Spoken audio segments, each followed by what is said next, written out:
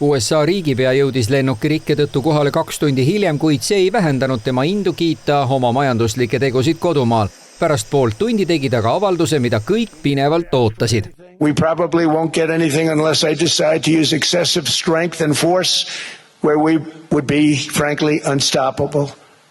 But I won't do that. Okay? Now everyone's saying, oh, good. That's probably the biggest statement I made because people thought I would use force. I don't have to use force. I don't want to use force. I won't use force. All the United States is asking for is a place called Greenland. Üle tunni esinenud Trump tunnistas, et Gröönimaa tõttu on USA finantsturud miinuses, mis võiks olla ka põhjus, miks ta jõuähvardusest loobus.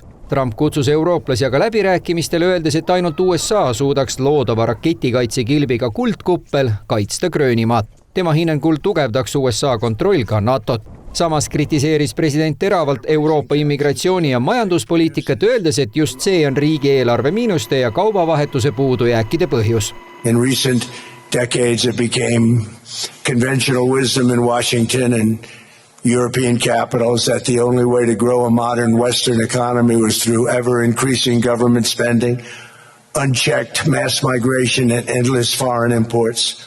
Trump ei peatunud pikalt Ukrainal, mille president loobus Davosisse tulemast, kuna kokkulepet riigi taastamise üle ei õnnestunud ameeriklastega saavutada. Ukraina tõstis esile aga NATO peasekretär, kelle sõnul kaotas Venemaa detsembris 1000 sõdurit päevas, 30 000 kuus. This focus on Ukraine should be our number one priority. And then we can discuss on all the issues, including Greenland. But it should be Ukraine first, because it is crucial for our European and US security. Rutte kiitis president Trumpi, et too on surunud Euroopat suurendama kaitsekulutusi 5%. Niisamuti tõdes ta, et Arktika vajab tähelepanu. And when it comes to the Arctic, I think President Trump is right. Other leaders in NATO are right. We need to defend the Arctic. We know that the sea lanes are opening up. We know that China and Russia are increasingly active in the Arctic. Peking ja Moskva ootavad aga huviga, kuidas lääneriigid tülli lähevad. Elame murdelisel ajastul, kus suurjõud on üha manipulatiivsemad, tõdes Kanada peaminister. Let me be direct. We are in the midst of a rupture, not a transition.